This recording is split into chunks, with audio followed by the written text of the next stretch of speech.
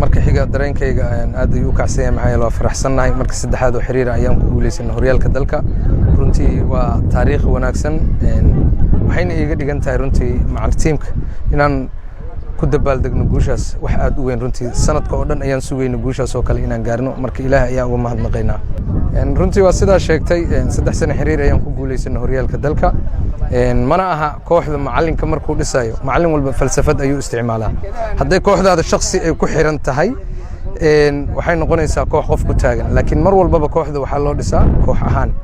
in kooxda ay isla shaqayso sidii hal qof oo kale ah laakiin hadday shakhsi ku dhisan tahay kooxda waa adag tahay sidii ay guul ku gaarto ama ay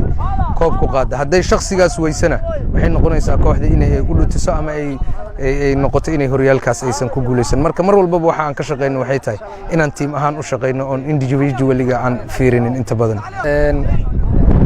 hal mid ayaa jirto horta ciyaartooyda dhowr qaybood ayay u shaqeeyaan marna kooxda waa lala xiriiraa oo asaa la soo xiriira marna anagaan la xiriirnaa ciyaartooyga marka kadib taas hadday timaado waxaa sahlanaan kara in labada dhinac marka uu yahay xiriirka marna kooxda marna macalinka marna ciyaartooyga waxaa ku fududaanaysa in si fudud lagu helo marka ciyaartooyda aan raadinayno sanadkan boosishinada aan lahayn aad ayay u badnaayeen waxaan rajaynaynaa sanadkaana inaan soo kaabno hadday noqoto mid asaga nala soo xiriiray iyo mid aan la xiriiraynaba hadday noqoto hadduu ilaahay yiraah geemamka qaar aan ku qamaaraynana guul ayaan ku helnay alxamdulilah shalay ugu dambaysa anagoo qof naga maqan yahay ayaan qamaarnay guushana waa helnay marka waxay tahay markaad raadinaysid guusha waa inaad u qamaartaa oo inaad guulaysatidna u ciyaartaa marka waxaa kuu sahlanaanaysa inaad guulaysatid marka alxamdulilah waa qamaarnay waana ku guulaysanay marka xiga waxaan aadi doonaa haddii ilaahay yiraah CAF Champions League sidaa sheegtay waana 2 kulan oo qualify ah marka kulanka horena waxaan dheeli doonaa 9 bisha 8aad ka dambana inay noqon doonto 16 ayaan rajaynaa marka waxaan ka rajaynaynaa iyadana inaan magac ka keenno haddii ilaahay yiraah runtii dadka way sheegaan Elman waa kooxdaydii hore waa meeshaan ku soo barbaaray xushmadan u haya waa meeshii hoy taariikhdeydii aan iloobi karin aan ku soo qaatay ahayd ciyaartooy iyo macalinimaba footballkana ma laha sal joogto ah laakiin hadda ma rajaynaa inaan naadigayga dekada ka tago hadday laakiin future ka timaado macquul qofka inuu tago ama uu jawi kale meel kale uu bedesho macallimiinta sida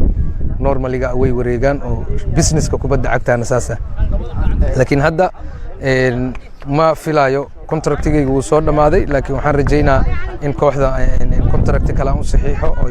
meeshaas hawshayda ka sii socoto laakiin hadda wax xiriira ma ana samayn Elman wax oo wada xaajoodna ma jiro laakiin waa kooxdayda xushmadan u haya waana jeclahay mar walba waqtigaada ama waayahaada markaad kubadda cagta ka soo insha Allah waa jeclahay marun inaan dib ugu laabto waa homekayga aan ku bilaabay ciyaartooynimada aan ku iraahday ku bilaabay maxaa la dhahaa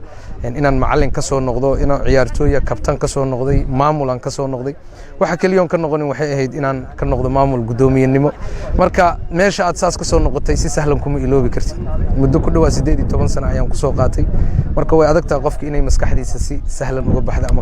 qalbigiisaba marka Elman qalbigayga ku jirtaa laakiin hadda waxaan ku naaloonayaa naadigayga dekada xiliyadayda guulaha wanaagsan aan la qaybsanayaa farxadaas aan la qaybsanayaa waxaan leeyahay taageerayaasha iyo maamulka ciyaartooydaba hambalyo dadaalkeena meesha aan ka sii wadno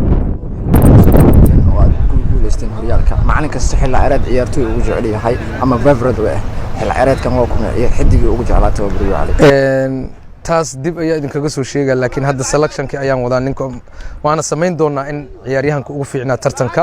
kulamadii hadda waxaan qiimeynaynaa dadkii kooxda ay ku soo gudubtay safka hore ahaa marka nin walbaba kaalin uu qaadanayo marka waxaan sameyn doonaa dib aan ugu noqonaynaa ninka ugu wanaagsan abaalmarin ayaan siin doonaa waan idin la soo socodsiinaynaa insha Allah maalintaas inaan goob joog noqdo hadduu Ilaahay yiraahdo maamulka waxaan leeyahay hawsha sii wadeen sii laaba